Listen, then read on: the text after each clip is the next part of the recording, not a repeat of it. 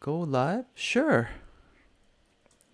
I'm live. Ask me anything you like.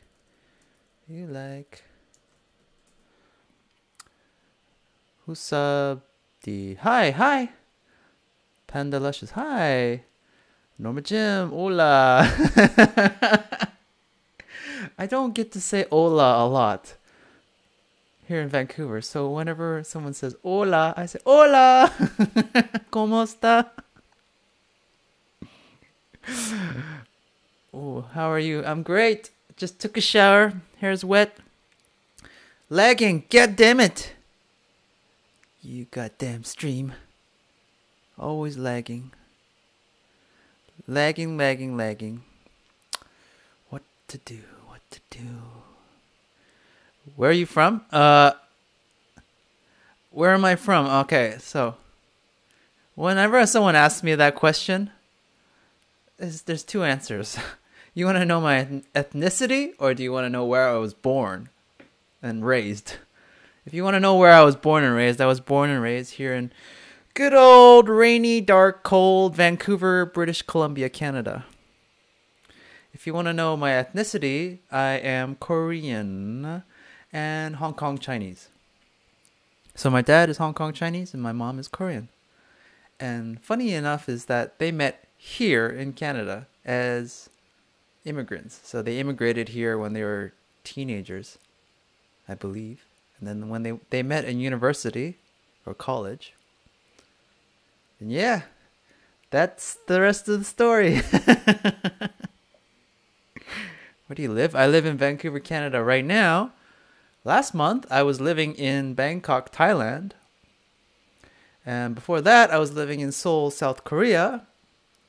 And right now, my plans are up in the air right now, whether I should go back to Seoul. But right now, it's just too goddamn cold. It's too bloody cold. It's like minus 13 over there. So I don't really want to go back when it's wintertime. The best time to go to visit Korea is the fall. September, October, November.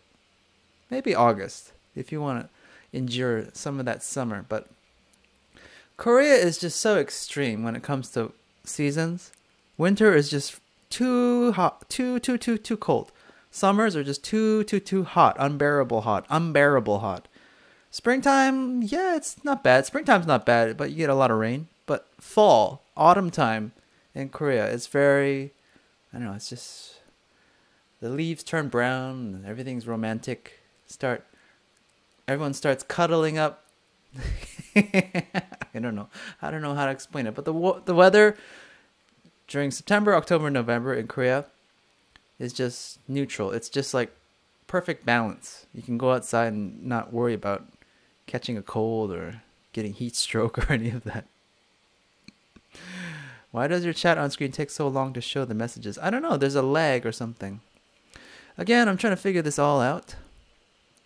Connecting the restream to the Twitch, to the YouTube live chat. And I don't know why there's a delay. I'm doing my best to fix these things, so please bear with me. But how's the audio? Let me know if the audio sounds good. Is it crisp? Can you hear my voice? Let me know. Comment down below if you can hear my voice. And yeah, I don't know why. If you are good at live streaming, if you are good at these things, like the technical side, please let me know what I need to fix in order to make this lag go away. Norma Jim, I've watched all your Korean language videos. I'm waiting for more. Oh boy, Korean. What is the best way to learn Korean? Oh, Korean questions. Am I Chinese? Partially. It's Crispin. Please stop doing that. It's creepy. I'm always in school when you do this. Oh, really? Okay, I just chose an odd date because it's dark, cold, miserable outside, and yeah, here in Vancouver, there's not much to do when it's dark, cold, and miserable outside, except chat with you. Okay, so when the weather was sunnier, I was out, but not anymore. Okay, let's answer some Korean questions here. Best way to learn Korean? Not with a textbook, not with a Korean language course, not through YouTube, not through what you think is the best way to learn Korean. Going to university in Korea? No. None of that works. I'll tell you why. I've done all of those. I've seen it firsthand. They don't work. The only thing that does work is being with a Korean person, interacting with Korean people all the time. You know, it's like the best way to get in shape, people ask me, is just to be in the gym and just do the work. You know, work out. It's not just like watching YouTube videos and thinking I can do this instantly like that. No, you just need to interact with Korean people, and you gotta figure out like how to communicate using body language. And just like there's no subtitles at the bottom of your conversation, and you just gotta read people. I know this sounds weird. This answer sounds weird because you're like, what? No, I want to read a textbook. No, I want to take a Korean class. No, I want to. They don't work because those people, those stuffy people, those professors, those teachers, they're out of touch with reality. Okay? So the best way, if you are not in Korea, is to interact with ESL students in your area. There are Korean ESL students in every country. If I throw a rock in Vancouver, I'll hit an ESL student because there's so many of them here. Find ESL students.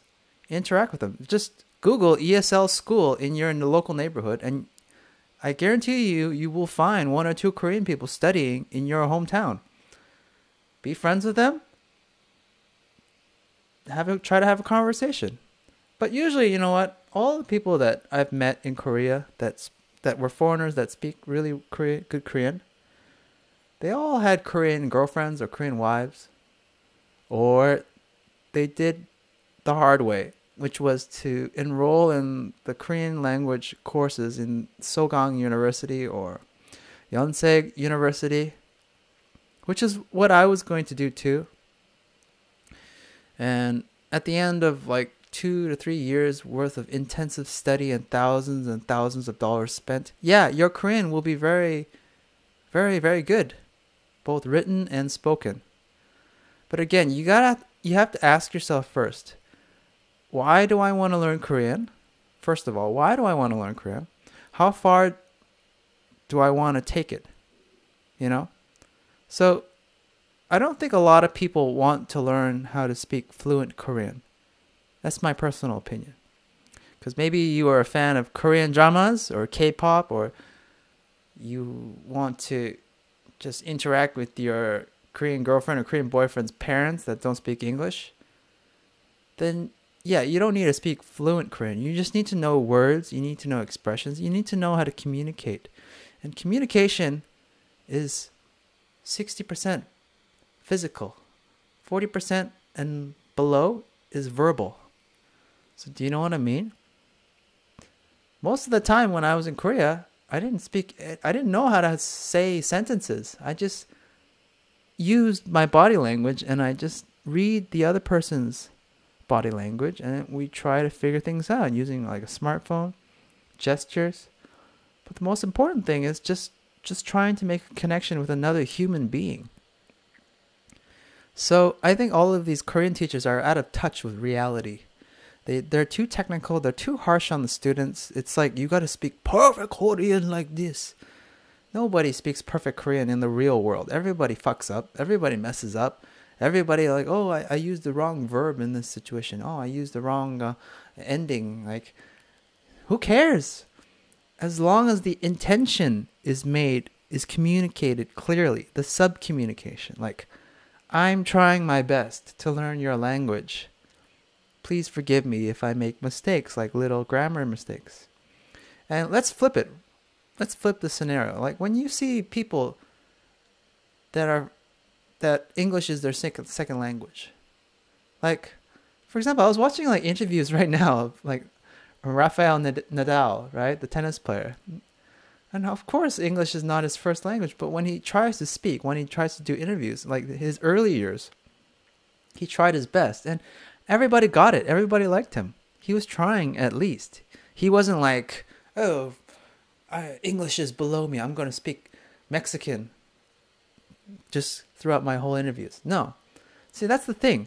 You got to try. More points are given to you if you try, even though if you sound like an idiot, or like, oh God, I sound like a freaking fool. People reward people who try. You know what I'm saying? Like, even if it's just like a little word like thank you, like 감사합니다, that's it.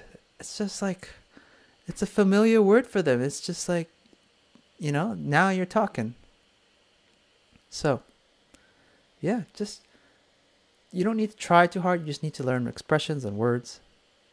And yeah, communicate, subcommunicate what your intentions are. Just smile, be cute, be good looking, be attractive. They will forgive you even more. What is this? Why Korean moms wants always her son to marry? What? No, that's not true. What? Norma not Koreans do that. Markiplier's mom is Korean, but he is boyfriend. Really? Markiplier is Korean? No, I didn't know that. I thought he was a mix of something, like mixed, half Chinese, half white. Have a nice day. Oh, you too. I didn't know that. But I always thought Markiplier, he has that half Asian look to him. No, not all Korean moms want their sons to marry. I'll give you an example. My Korean mom doesn't want me to marry a Korean girl. She knows them inside and out, and she doesn't want the drama. Because when you marry someone, you marry their family. And Koreans are very, very, very, very full of drama. Okay? That is the biggest import that Korea has. Biggest commodity in Korea is drama. Not kimchi. Not what was it? Not Kim Jong-un. Not whatever you think. Not ramen. It's drama, okay? Koreans love drama. If you don't believe me, go to a Korean church. Tomorrow's Sunday. Go visit your Korean church nearby and just sit down and just, if you know some Korean, oh God, good luck, cause boom, boom, boom, here comes the gossip.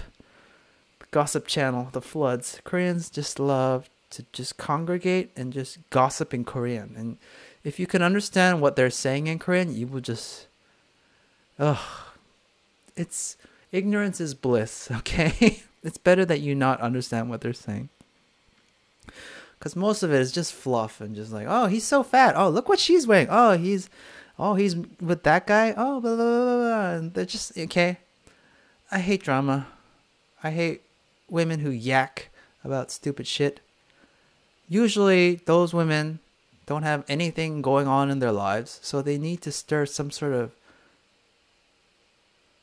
fantasy, like excitement in their lives. So they try to paint a picture of excitement through words, you know? So my mom can't stand that. So depends on your mom, but you know, my mom just says, find a person that's compatible with you, Justin. And that's exactly what relationships should be. It's not based on the person's skin color, the way he or she looks, what religion or socio or economical background they have. No. Again, a relationship is two parties coming together and both of their energies complement each other. Masculine energy feminine energy, complements each other, and then there's a balance. You know, I saw like, oh, I don't know why I saw this video. This video popped up in my YouTube recommendation. This fitness girl, is Instagram girl.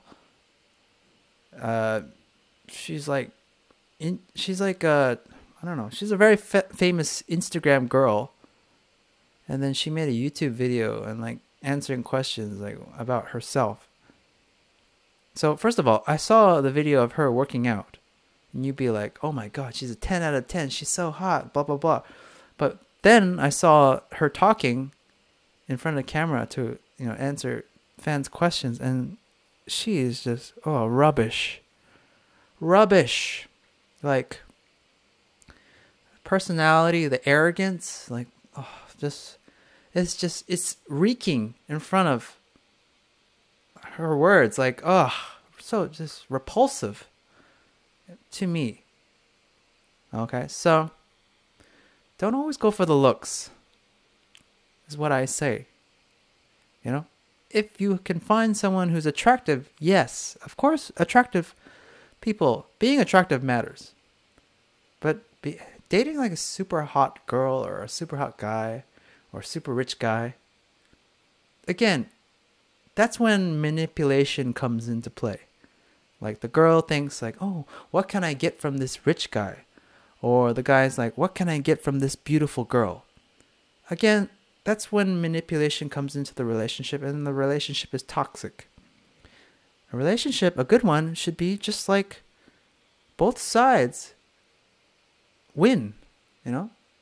Not one side taking more than the other, like a battle. That's a battle. That's a war. That's not a relationship. That's a war. I want this. I want this. No. All right. Korea, Omar. No, it's not a shithole. You'd be surprised. It's one thing I like about Korea is that it's under the radar most of the time. People who think about Asia, the first country you think about is, come on, say it, Japan. Everybody says Japan first when they think about Asia, right? Tokyo. But nobody thinks of Korea first. So, or Taiwan. Thailand, yeah, Thailand and Japan, they're both on everyone's radar. Thailand for vacation, Japan for its just exciting culture. I mean, we think about it. We all grew up with Japanese influences. We all watched anime. We all played Nintendo. We all ate sushi and did martial arts when we were kids. Like, Japan has just influenced all of us growing up. So that's why I still have this goal of living in Japan for about 1 year. That's what I want to do. I want to live in Japan for 1 year, and I want to live in each area for like a few months, like Osaka, Tokyo, Fukuoka. Yeah, just travel around that country. It's just amazing. Every time I watch videos on Japan, I'm just amazed at their culture. It's just such an amazing culture. That's so fascinating to me. Anyways, but Korea, if you can't afford Japan, that's the one big flaw about Japan. No, everybody says Japan is expensive. It's true. It is expensive. It's very, very expensive. I would say it's the most expensive place to live in the world. Second would be New York. But that's just my opinion. So, when I think of Japan, I mean, it's a very difficult place to live on a budget. So what do most people do? They settle for Thailand. Because Thailand, anybody can access it. But again, I've lived in Thailand. I can tell you, Thailand's great. Your money goes a long way. It stretches a long way in Thailand.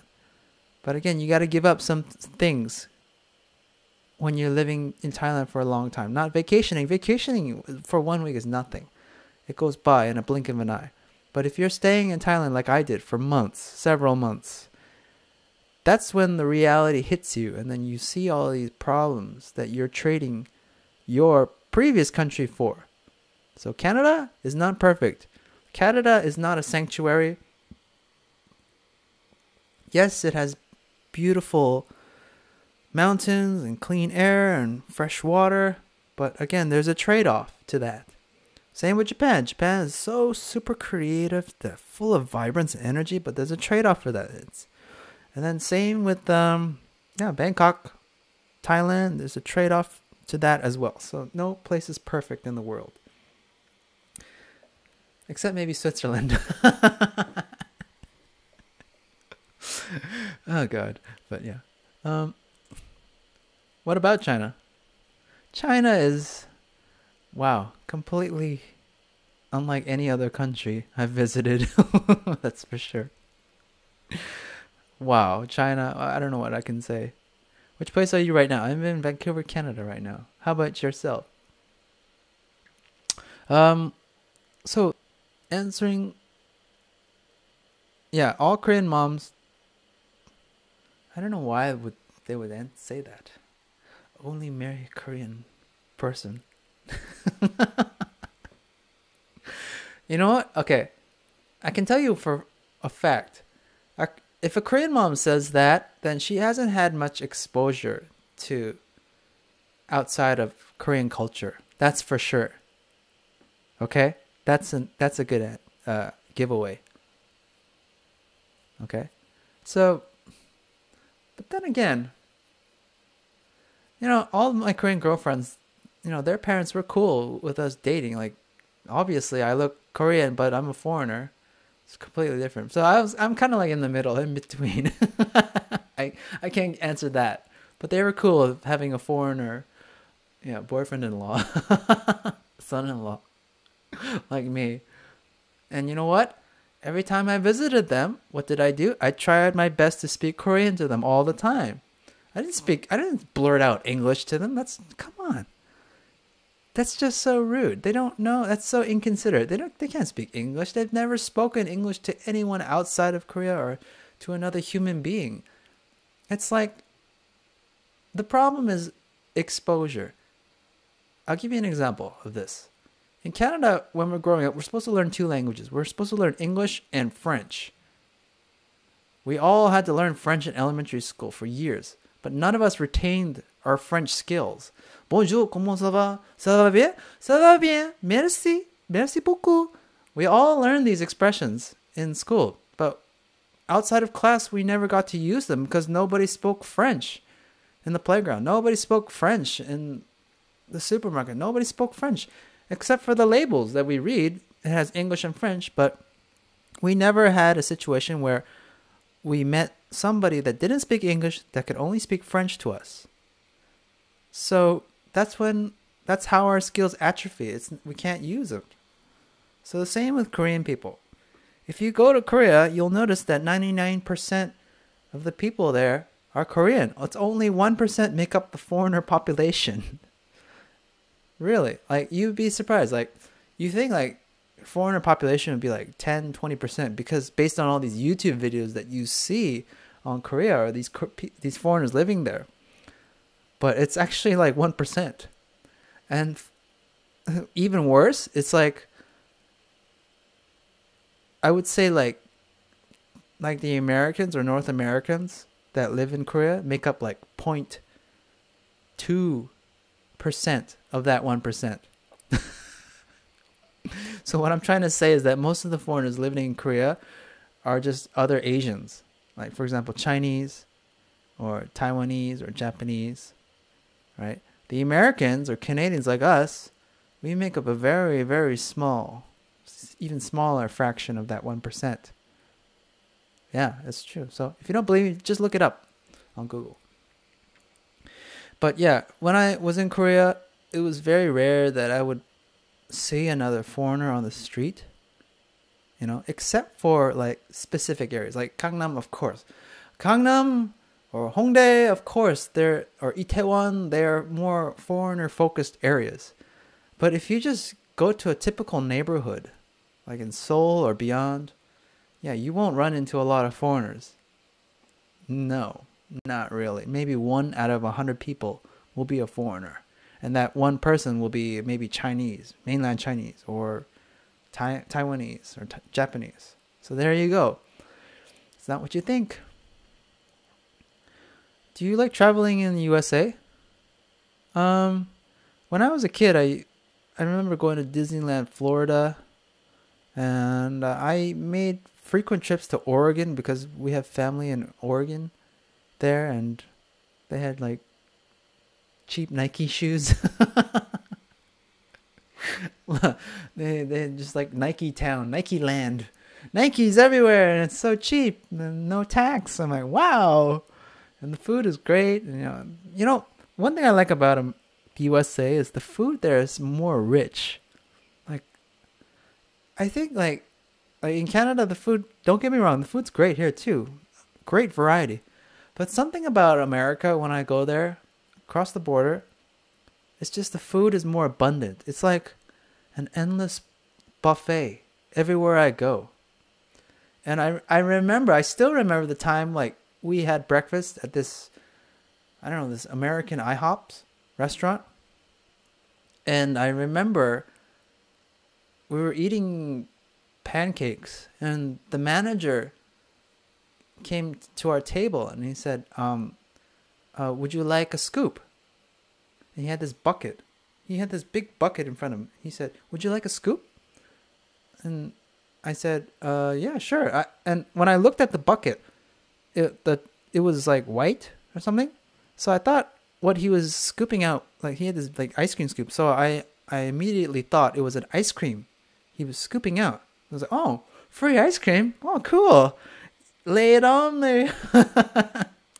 But it wasn't ice cream. It was white, but it wasn't ice cream. Do you know what it was? He was scooping out butter. Like an ice cream scoop size portion of butter, and he put it right on my pancake. And I was like, oh my God, this is insane. No wonder so many Americans are obese and fat and like, it's just, they have so much food there. They can't compete. It's just too much. So, yeah, Canada, yeah, there's a lot of fat people here in Canada too. So, my answer to that, if you're trying to lose weight or if you're trying to find an answer to how to stay fit and get in shape, is the first, you need to learn how to cook for yourself because only you can measure your calorie intake. Okay? You have to measure, you need to control two things, your calorie intake and your calorie outtake. So basically calorie outtake, I'm talking about working out, exercising. Calorie intake is what you put in your mouth every day. Okay? And you can't leave that up to a cook in a restaurant that doesn't give a shit. It's getting paid like $12, $15 an hour. You don't know what he's putting in your food. So you need to control what you put in your food and what you put into your mouth afterwards. So that's why I made a few videos on what I eat for breakfast, what I eat for lunch. Okay, so you can check them out. By the way, please like this video, this live stream if you're watching.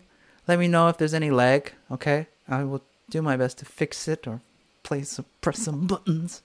Okay, so let me know if the audio and the video is okay, the lag. Like this video, please. Is it meese or moose? Moose. Meese. Ah, I know what you mean. Like more than one moose? I don't know. I've never come across that question. Some people, when you see a sign and when you're driving a car in Canada, it just says danger, watch out for moose. And there's a picture of one moose. So I've never heard anyone say mooses or meese. I was in Seoul for a week 4 years ago. Gorgeous, but I should have thought better than to go to a country where I didn't know the country, nor the language. Here's my answer to that, okay? Epic Ren. This is what I learned as well. Whenever I visit a new country for the first time, I find that getting a translator or a local guide makes a huge difference, okay? Just like hiring a local guide for like one afternoon is enough to get you oriented. I think we all need that. I mean, I can make friends instantly in another country. And yeah, you can do as much Google research as possible if you want. For me, there's only two ways to get a local guide. You can either hire one, just hire one beforehand, okay?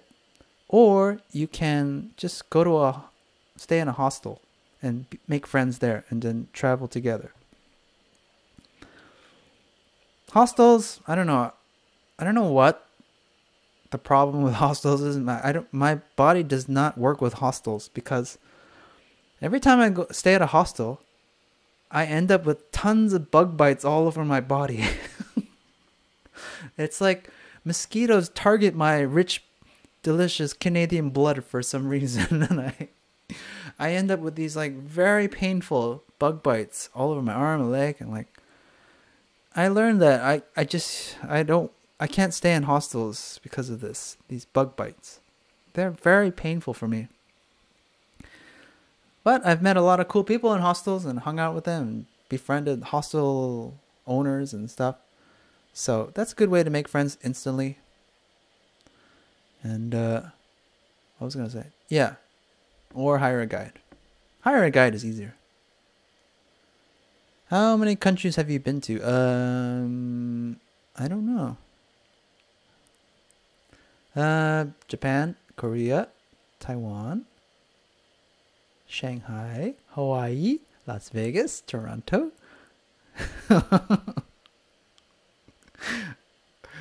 Forgetting a few. But you know what? It doesn't really matter. That question.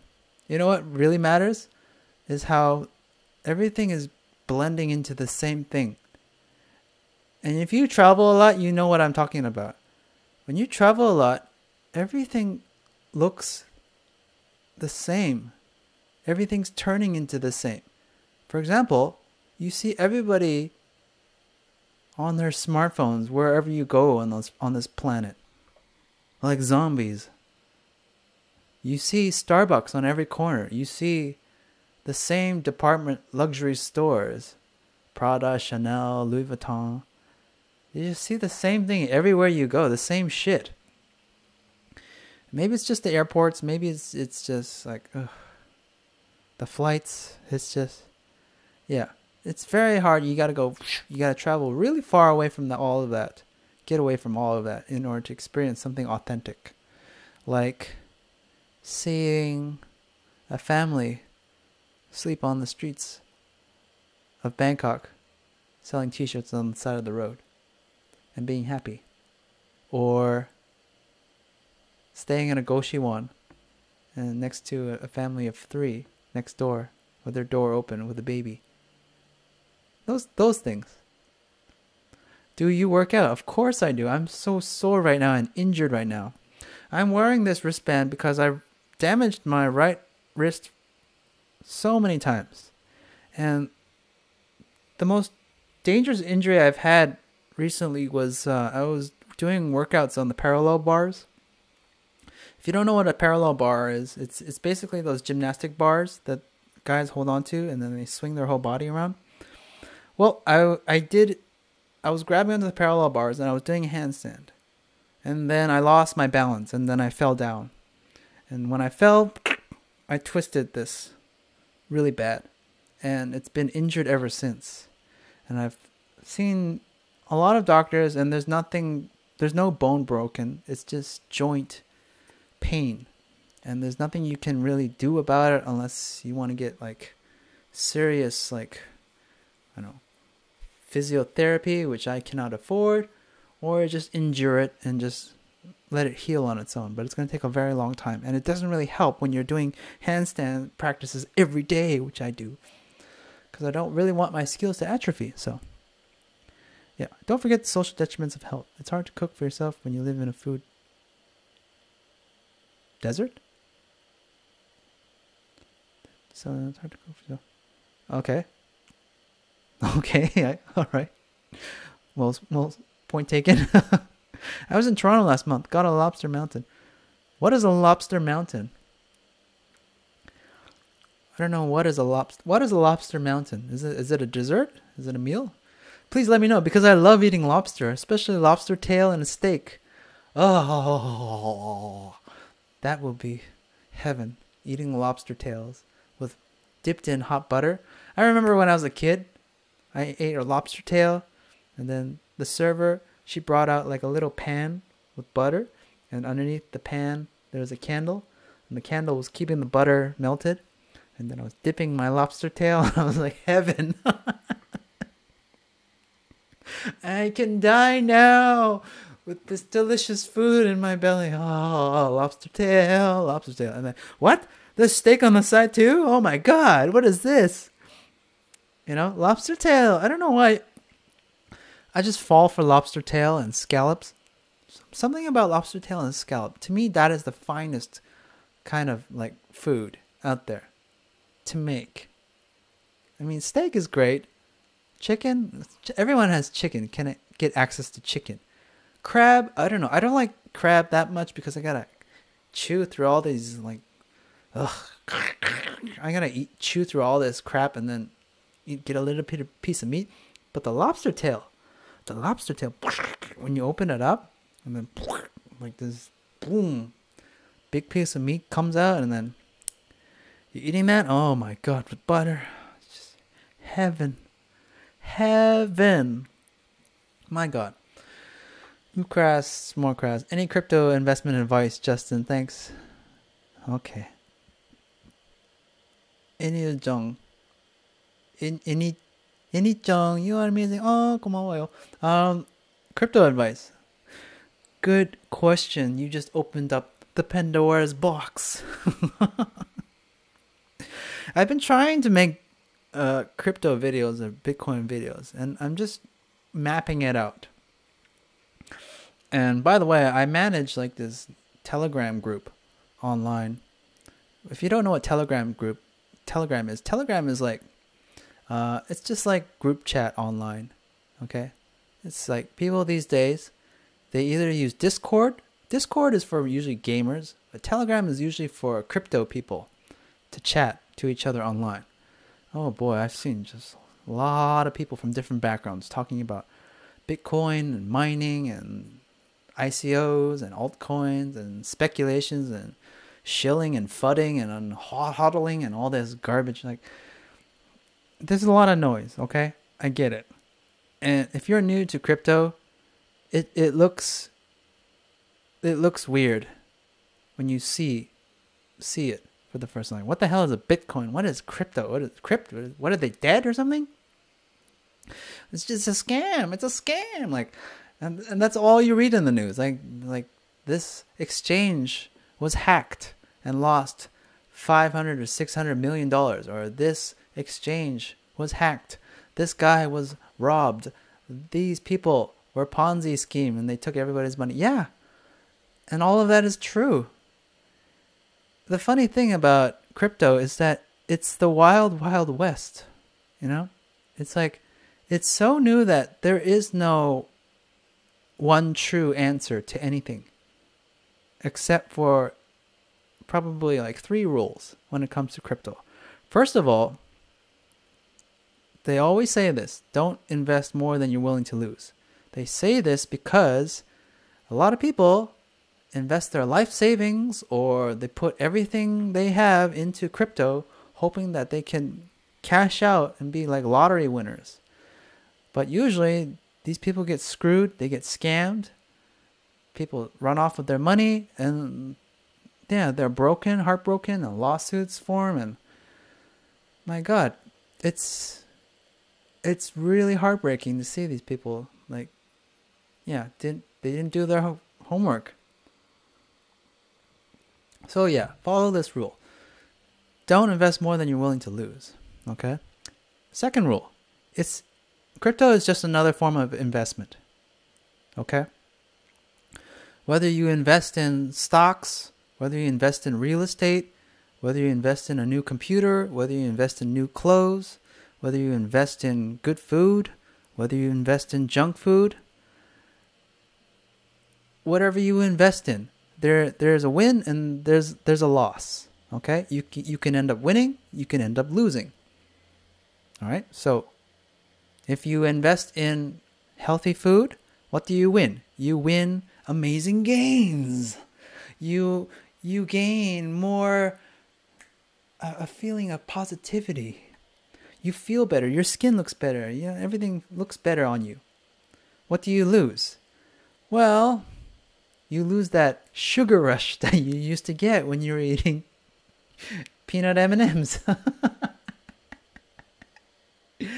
You miss that camaraderie when you're like all your friends are sitting around the couch eating chips, watching the game on the telly, or like a beer at a bar or something. Like you know what I mean, right?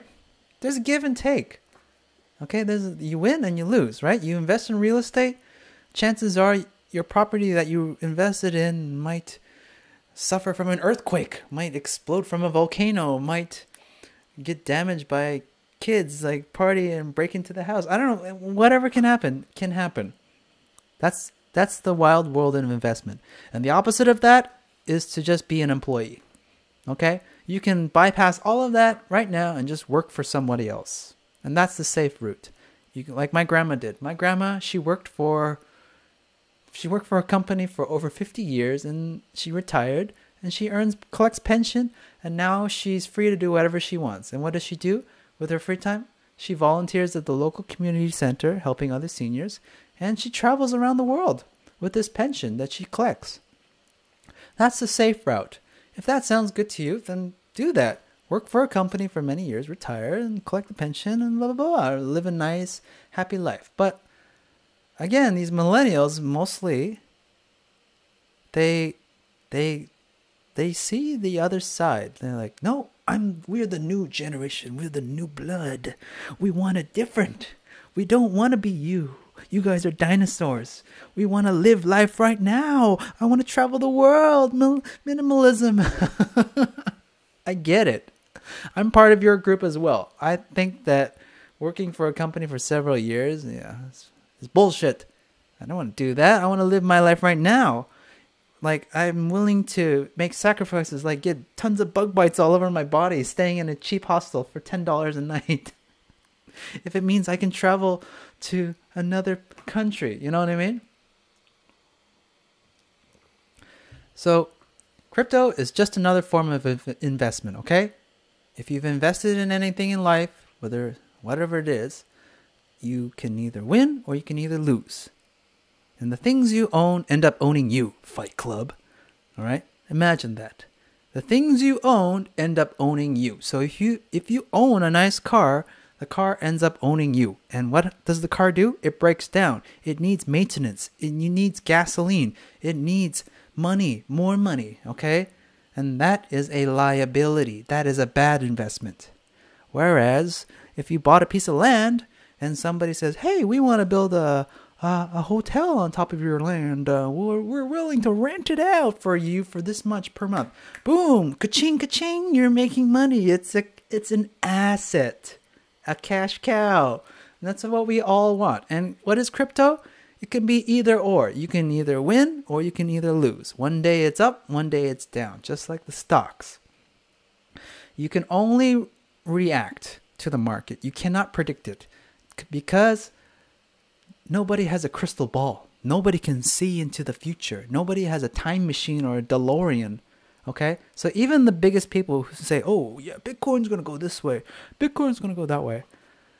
They're full of shit, okay? Nobody knows. You can only react to the market, okay? If you can prepare yourself beforehand, if you do the homework, then that's the best you can do when it comes to investing. So when you look at crypto markets, okay, you probably know that there's more than just Bitcoin. There's Ethereum, there's Litecoin, there's Bitcoin Bitcoin Cash, there's Ripple, there's Cardano, there's Neo, there's EOS. Oh my God, there's over 1,400 cryptocurrencies right now existing right now online. Over 1,400. And when you look at that, it's like, what the hell is this? Like, what is this? What is that? What is this? It's like learning how to do Pokemon for the first time. Like, what is that? That's a Snorlax? That's a Pikachu? That's a Charizard? Okay. What are its strengths? What are its characteristics? And getting to know all these coins, I've been doing this lately. I've been studying them, looking at the background. And here's my take on these coins, okay? When you look at these coins, just look at it. Look at the people behind it. Okay? So, if I had to invest in a coin called Amazon, I'm not investing in Amazon. I'm investing in Jeff Bezos because I believe in him. I've seen his documentary. I've seen his biography. I've seen his past history, and I like the man. The man has a plan. The man deserves to be the richest man in the world. And I back him if he had a coin called Amazon coin. Okay?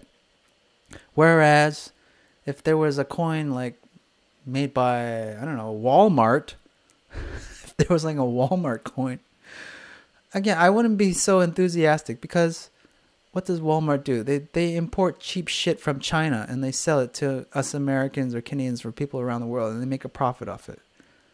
I mean, come on. Do you want to invest in that? Or say if Zara made a coin. Zara has great fashion. Don't get me wrong. I love shopping on Zara. Lots of my clothes come from Zara. But I hate their customer service. I hate their online store. I don't like the people or lining up to buy this shit. And I think it's overpriced and it's made in Vietnam or some poor country that they outsource their manufacturing to. Would I get behind a company like Zara? No, I would not. I would not invest in Zara. So think of it that way. Think of the coins when you research each of them. Look at the people behind it. Look at what they do. Okay? Do you want to invest in the Steve Jobs, the Jeff Bezos, the Elon Musks? Or do you want to invest in the Zaras, the Walmarts? What's another bad company? The Abercrombie and Fitches. I don't like Abercrombie and Fitch. What a shit company. Like, this is just like shitty, mediocre clothes. Like, why would I pay a premium price for shitty, mediocre clothes? Okay? So that's the second rule. The third rule is it's all a scam. Okay? You got to think of it this way. Everything that you read and see about crypto is a scam, whether you like it or not. Okay? Now, don't get offended when I say a scam, okay? When I say scam, I'm thinking at any time you can lose it all. That's what I think is a scam. Anytime you can lose it all. Because there's no trust in crypto. Not right now. So for example, Mt. Gox was an exchange. They just closed and they took everyone's money. It was the biggest scam ever I've ever seen. Or like BitConnect. Again, they closed, they took everyone's money, screwed everyone over. It's a scam. Yeah. ICOs that go pump and they go dump. It's a scam. Yeah. There's just tons of money to be made in crypto. And everyone's a shark. Okay? Including you, if you are in this game. So be very careful. And just assume that everything is a scam. Don't trust anybody in crypto. Don't even trust me, okay? When you walk in, and you'll learn the hard way. I learned the hard way. I lost a lot of money investing in bitcoins and shit. I've lost. I learned my lessons. People that I thought I could trust, let me down. Full of shit. Yeah, be very careful. Okay, just assume everything is a scam, so you won't be shocked when it does happen. The only thing you can do is protect yourself. Okay, and if you want to know the answer to protecting yourself, get a hardware wallet, okay? That's the safest thing you can do right now. Whatever you invest, put it into the hardware wallet, unless you're exchanging money daily. But that's another story. Whatever you invest in, put it into a hardware wallet. If you don't know what a hardware wallet is, a hardware wallet is basically a cold storage wallet, something that's off the internet and away from hackers, so they can't touch it. Okay? You put all your investments into the hardware wallet. The two biggest ones are Trezor and Nano Ledger S. Those two wallets, get one of them. You can check out my link below. I have links to both of them. Buy that before you invest anything. Like, invest more than your life savings, okay?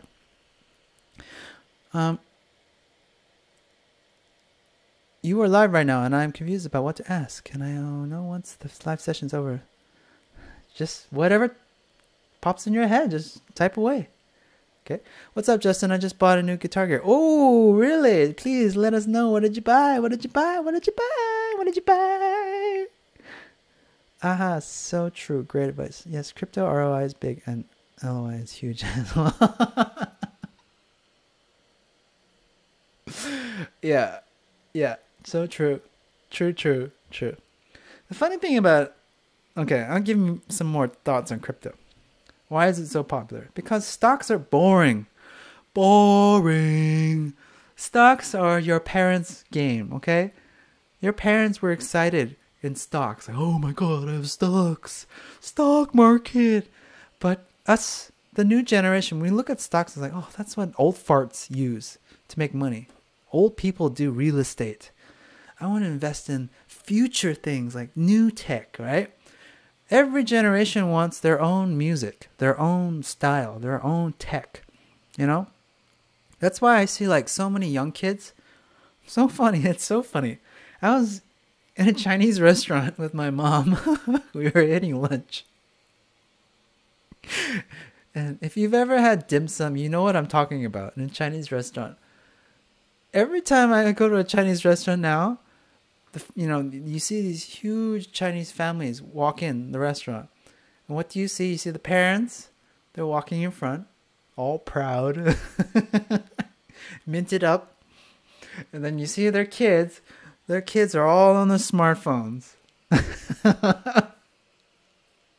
then just smartphone, smartphone, smartphone. That's all they do. That's all their focus is on. And when they sit down at the table, the kids are still on their smartphone. It's like they don't even have to eat. They can just put an IV in their arm and feed the dim sum through the IV while they play their smartphone. Like they're not talking to their parents. They're not having conversation. What the fuck are they there for? Keep a seat warm? At a round table? It's just so sad to see that.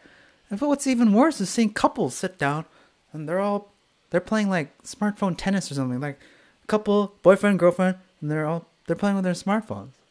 What's the point of being together if you guys are looking at your smartphones all the time? You guys have nothing to say to each other. You shouldn't have set up a meeting in the first place. You can eat alone. You can cook alone. That's why I'm saying you should learn how to cook. Because when you learn how to cook on your own, you eat meals on your own, food that you make on your own.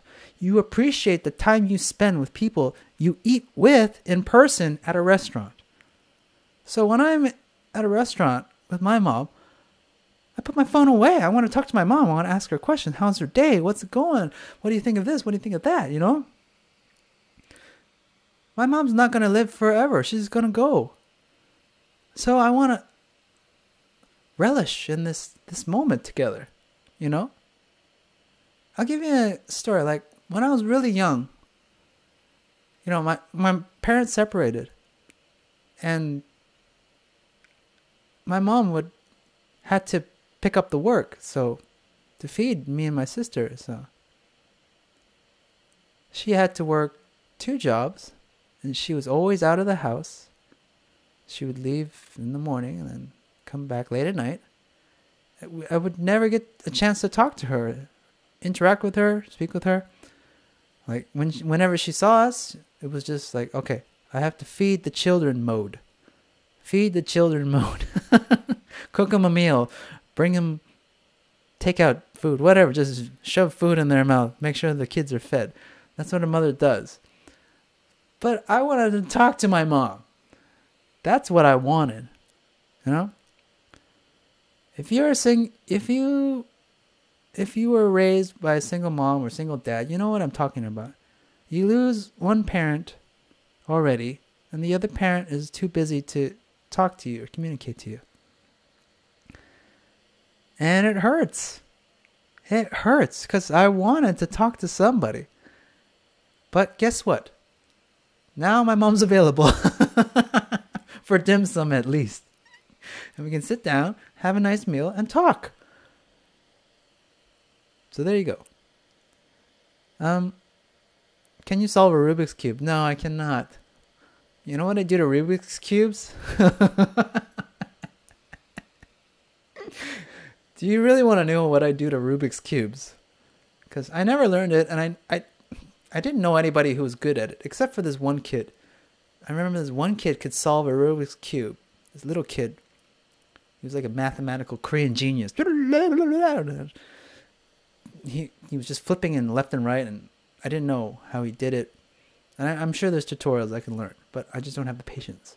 When I look at Rubik's Cubes, when I have a Rubik's Cube in my hand, what I do is I get frustrated after 1 minute, and then I take a knife, and then I cut the Rubik's Cube apart. I pull it apart, and I don't know why. If I can't solve it, I want to destroy it. That's my take on Rubik's Cubes. They're so frustrating for me. So yeah. Come in my home. Well, we haven't established that kind of relationship yet, have we? If you can relive your 20s, what would you do? Relive my 20s? I'm in my 30s, baby. 30s are golden. I love being... Okay, here's my take. You know, funny thing about teenage years and 20s years, for a man, it sucks. I don't know why, but Hollywood glorifies teenage years and 20s years. But I realized that the best time to be alive as a man is when you're much older. When you're in your 30s, your 40s, probably even 50s. Look at Tom Cruise. He's kicking ass in his 50s. Brad Pitt kicking ass in his 50s. Johnny Depp kicking ass in his 50s. Because you gain all these experiences when you're in your teenage years and your 20s. You gain a lot of failures and mistakes and heartbreaks and relationships that didn't work and friendships that didn't last and jobs that came and went and experiences. And once you get past all of that, then a wave of confidence fills you up as a man. That's why, like, when I'm talking to you, I don't give a fuck. I don't care. I don't care about my hair. I don't care about the way I look. I don't care about any of that. But when I was a teenager, when I was in my 20s, I cared a lot about my appearance. I felt inadequate. I would get nervous. But when I talk to people nowadays, I'm like, I've grown beyond all of that now. I've seen it all. I'm so confident now that I can walk into a room and I know how to handle myself if any kind of situation happens, because I've seen problems like that in the past and I know how to solve them now. Do you know what I mean? So if you're a guy, if you're in your teens or 20s and things are not going well, don't worry. They're supposed to not go well for you, okay? They're supposed to suck. You're supposed to be broke. You're supposed to be miserable. You're supposed to be envious of other guys. You're supposed to be like, okay, it's all supposed to happen this way. To prepare you for the later years, when you're in your 30s, 40s, 50s, when you become a man, when you're like ready to have one woman. You know, when I was a teenager, I was like, oh yeah, I want to date all kinds of women. Like I want all kinds of experiences. But then later on, you realize, like, I've grown beyond all of that bullshit. And I realized that I only need just one good woman in my life. That's it. It's great to have millions of screaming girls, like, at my concert when I'm playing guitar and singing live. When I had a band. But that doesn't equal as, to me, it doesn't feel as good as having one good woman in my life that's there for me, that we trust and we communicate and we respect each other and we're reciprocal. So there you go. Yeah, I never bring out my phone with family or friends, but my friends are so consumed with their mindless zombies. Instagram man whores. Man whores. Yeah, I agree. Instagram. Okay, you kids, you like Instagram, okay? Great. Soon, a few years later, there's going to be a backlash, okay? Once you grow up a little bit more, you're going to look back and think, my God, I was so narcissistic. Instagram was full of shit. And so it's coming from me, who has an Instagram ID right here for you guys to check out. By the way, join me on Instagram. But again, I didn't really like I don't really like Instagram. I just use it because it's another way, it's another platform to gain notoriety. Expand my fan base, okay? I can't just focus on YouTube. That's why I'm open to everything, basically, you know? I will try Twitter, I will try Twitch, I will try Steemit, I will try Instagram. I don't agree with them, most of them. I'll try Facebook. I hated Facebook, but I see the potential in Facebook when it comes to networking. So, yeah, these social media platforms, I use them more for business versus personal gains or narcissism, which I'm trying to do. If you want, I need some ideas for pictures, by the way. So give me some ideas for pictures if you can't, and I'll post more Instagram pictures for you guys. But you know, selfies, like I get tired of. Here's my food. Here we are in this beautiful country. No, I want to do something more meaningful with Instagram. I'm just thinking of what, like taking pictures of things that people have never seen before, like different kinds of people, poor people, people that have never used a smartphone or a computer in their entire lives. You know what I mean? Who's your favorite actor? You like Jackie Chan? Jackie Chan. Hi, my name is Jackie Chan. I'm going to do a stunt and break my arm. No problem, Jackie Chan. You see, like Tom Cruise, like recently in his interview, he broke his ankle doing a stunt. He's like trying to become like the American Jackie Chan nowadays. I don't know why. Jackie Chan, what can I say about him? Not much.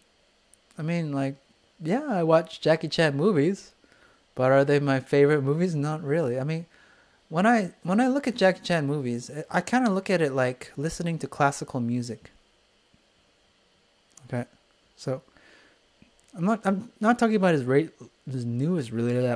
latest movies. I'm talking about his old movies, like 1960s, 70s, 80s movies that he made. When you watch those movies, and you watch the fight choreography, it's like listening to classical music for me. It's like a physical dance. How can I describe it? I don't know. When I see him doing his fighting choreography, it's just genius. It's genius. It's like listening to Mozart play the piano. You know, you see that genius on film. And how much effort and pain and all that to get the right shot, you know? So for that, I like Jackie Chan. I like his work ethic. He deserves all that praise. He did the work. His bone speaks for it. Like all the bones he's broken. He did the work. That's all I can say. I can. Thank you. What hand you write with, bro? Right hand. And thanks for the crypto advice. Really, it helped. I'm very vigilant. Yeah, no problem. I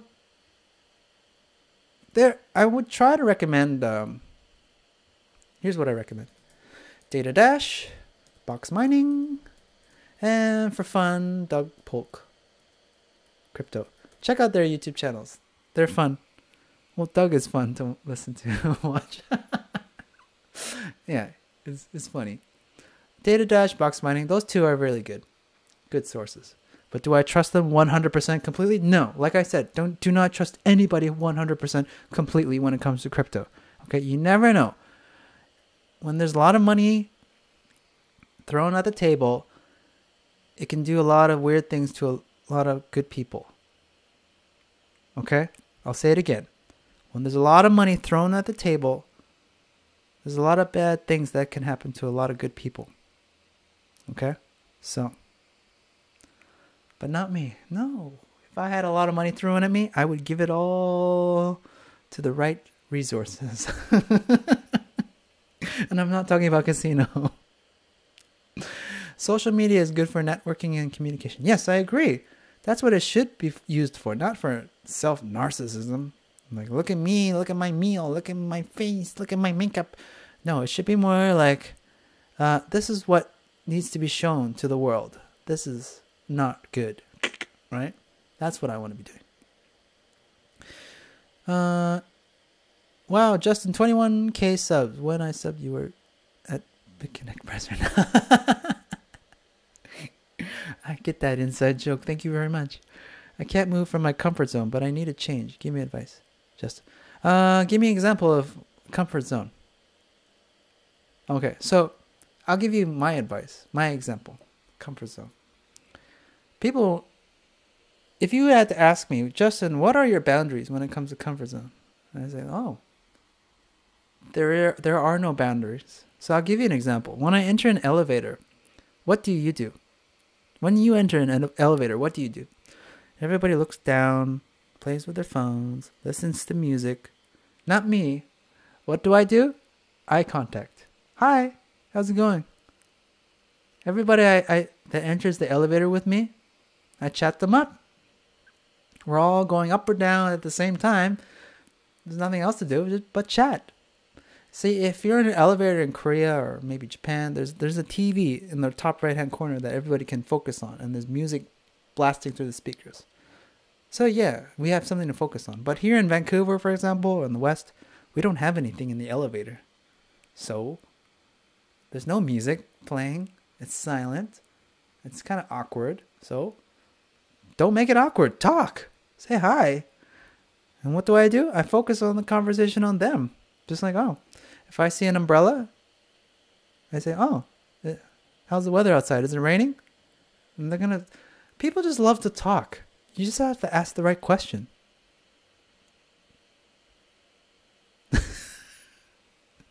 I'm waiting for you to talk. You give them the right question, they'll just talk. They'll talk their heads off, because how often do people get asked an honest question, a selfless question, instead of like, hey, do you need a stronger internet? I can sell you it for this much. Or, hey, are you interested in crypto? Well, if you sign up with this, blah, blah, blah. Yeah, everyone's trying to sell something. But not many people just give stuff for free without even thinking. Being selfless. Generous. Like, oh, how's the weather? You got an umbrella, so is it going to be raining? A lot of neighbors, they have dogs. And, oh, where'd you get your dog? I'm thinking of getting a dog myself, because dogs are cute. And they'll open up like, oh my God, oh la la la la. They'll tell their whole life story in front of me during a 2-minute elevator ride. And I'd be like, I gotta go. To be continued. So, comfort zone, I know what you mean. Just follow you. Selfie faces you just made. Duck face.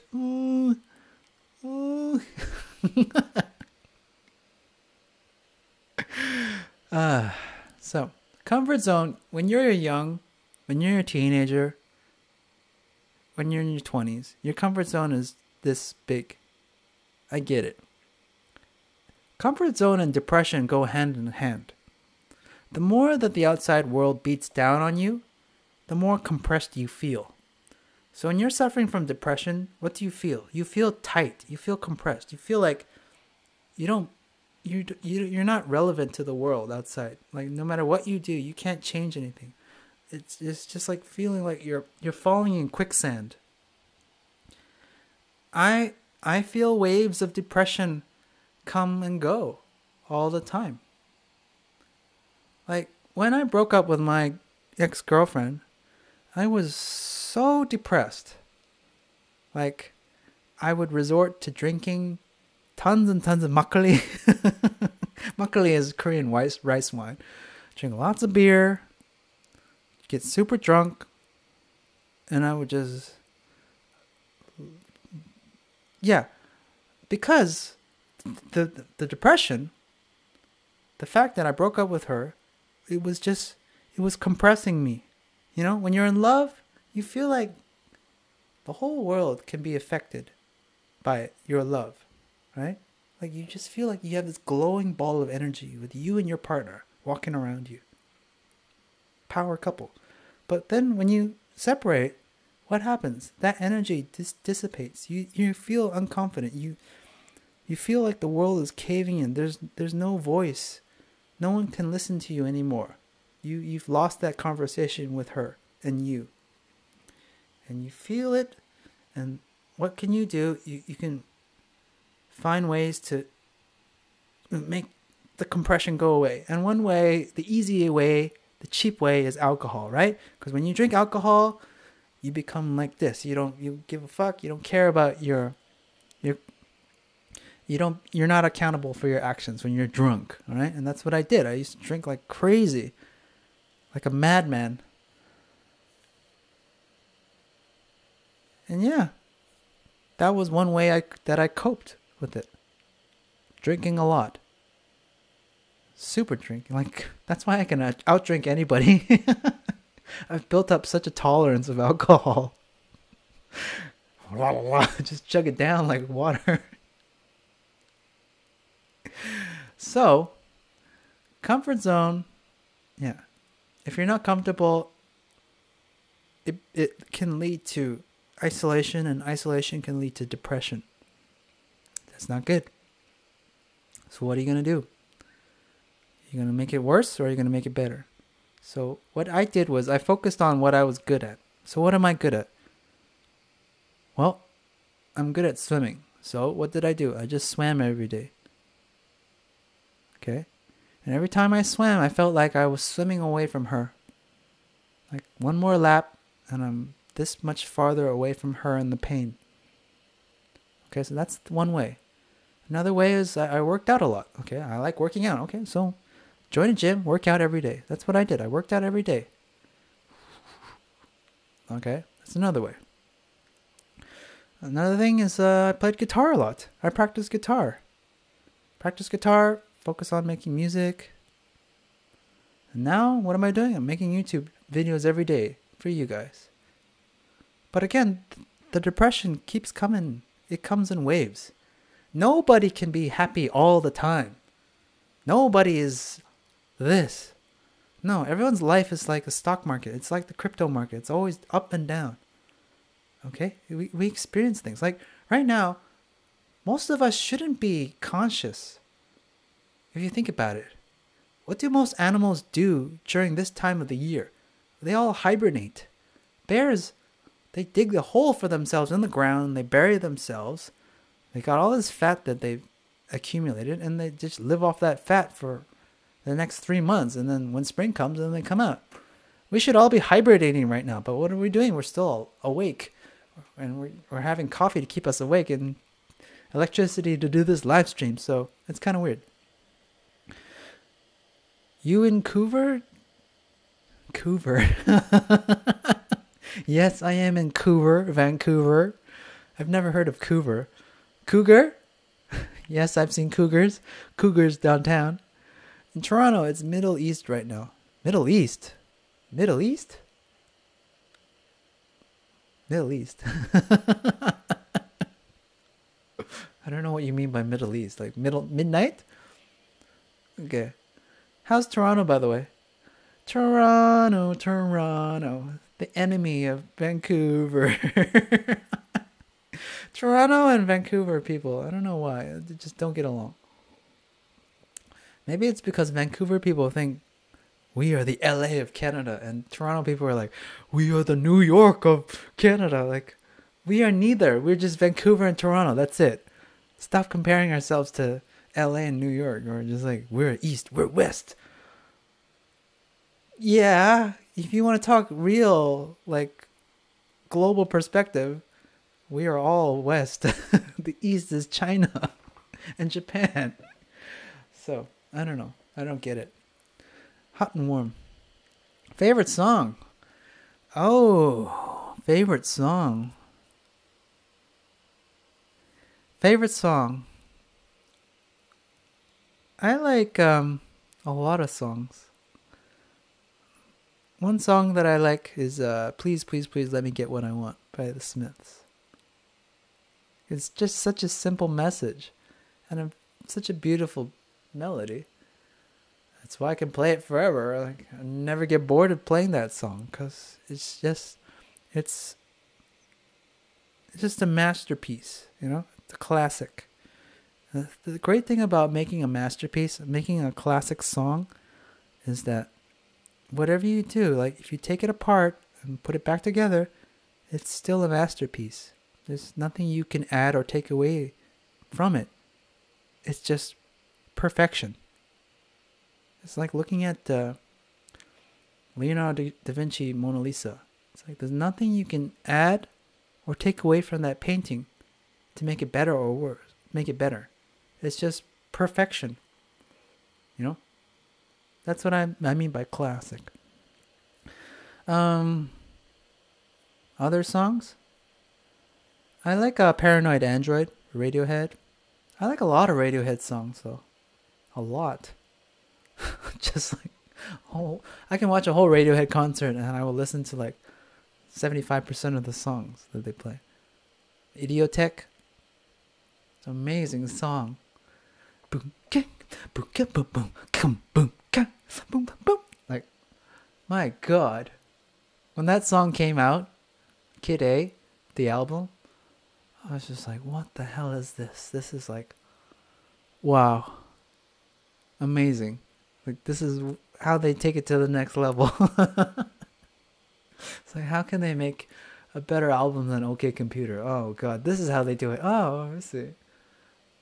Yeah, I remember us musicians back then, you know, we would pay attention to Radiohead very carefully. Like, oh my God, did you hear Radiohead's new album? Like, yeah, wow. Gym, guitar, sleep, and God is all I need. Good. Vancouver is the best place to live in Canada. In Toronto? No, not everyone in Vancouver is rich. There's a lot of just like middle class, lower class people. The funny thing about Vancouver is we have a lot of immigrants. Immigrants make up a big portion of our population here in Vancouver, and they're all doing the shit jobs that most locals don't want to do. So, yes, there are a lot of rich people in Vancouver.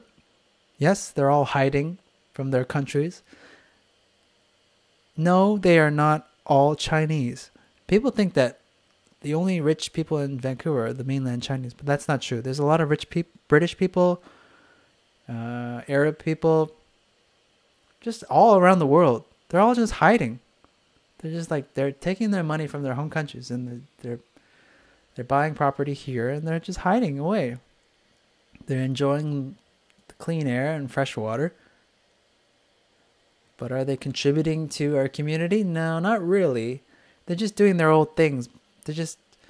I'll give you an example, right? If you live in Burnaby, you'll see this. You'll notice this. You'll notice that Burnaby has changed really fast in the past few years. You'll notice that a lot of, for example, Chinese restaurants everywhere pop up. Why are all these Chinese restaurants popping up? Oh, I know why. Because they're catering to all these rich mainland Chinese people that want to eat Chinese food late at night. So, you'll notice like these Chinese restaurants everywhere with all these like souped up cars and expensive cars parked outside. And they're all eating like really late at night. And again, it's to cater to this audience of rich Chinese people. But they're not the only portion of rich people. But yeah, there are like immigrants, like there are mainland Chinese immigrants that are just, yeah, they have nothing and they're starting all over, bringing their families, and they're good people. So you can be a good person no matter what kind of financial background you're from, in my opinion. Just it's the attitude that matters. So you can be a douchebag if you're a poor person. You can be a douchebag if you're a rich person. All right. I don't judge douchiness by income level. So, I treat everybody the same until they show their true colors. If they try to stab me in the back, screw me over, lie to my face, then I call them out. I'll give you an example. Final story before we end this live stream. There's this guy in the gym. So I mentioned before, I joined this new gym here in Vancouver. And there was this one guy. There was this one guy in the gym. And he was just like giving the stink eye to everybody in the gym. Like,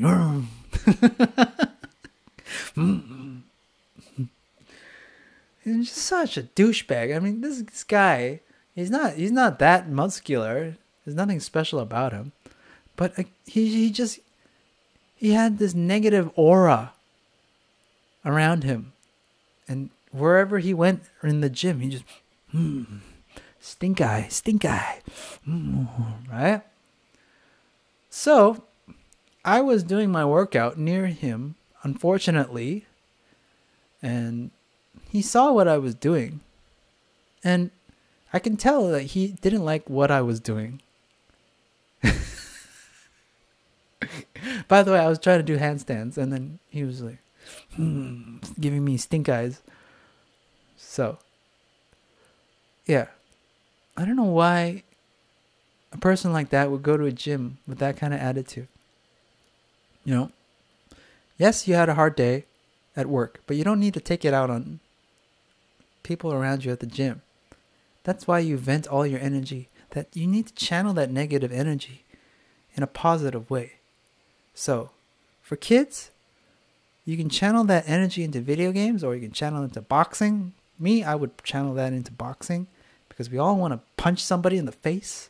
So, if I had a kid and he had a bad day, I'd say, son, put on your boxing gloves. It's time to fight.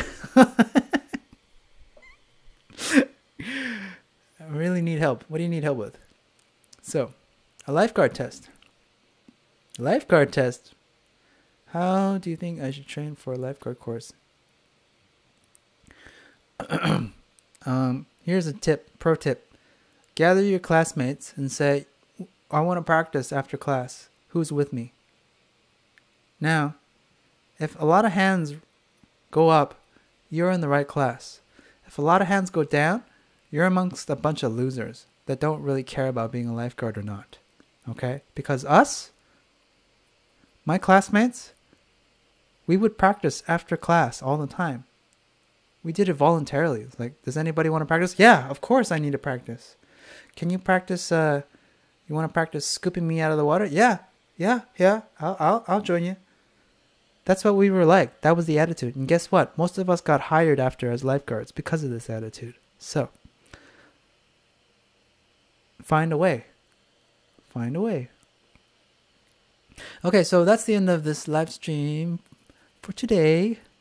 Save your questions for the next one. Probably, maybe tomorrow. I don't know. The weather's so miserable. I might make another one because shooting a video with no light is hard. So save your questions for next time. Please smash that like button. Smash it. Smash it. Smash it good. Smash it, baby. Smash that like button. Let me know what you think of the audio and the video. And I'll talk to you next time, which will be probably tomorrow. So that's all I have to say. Love you.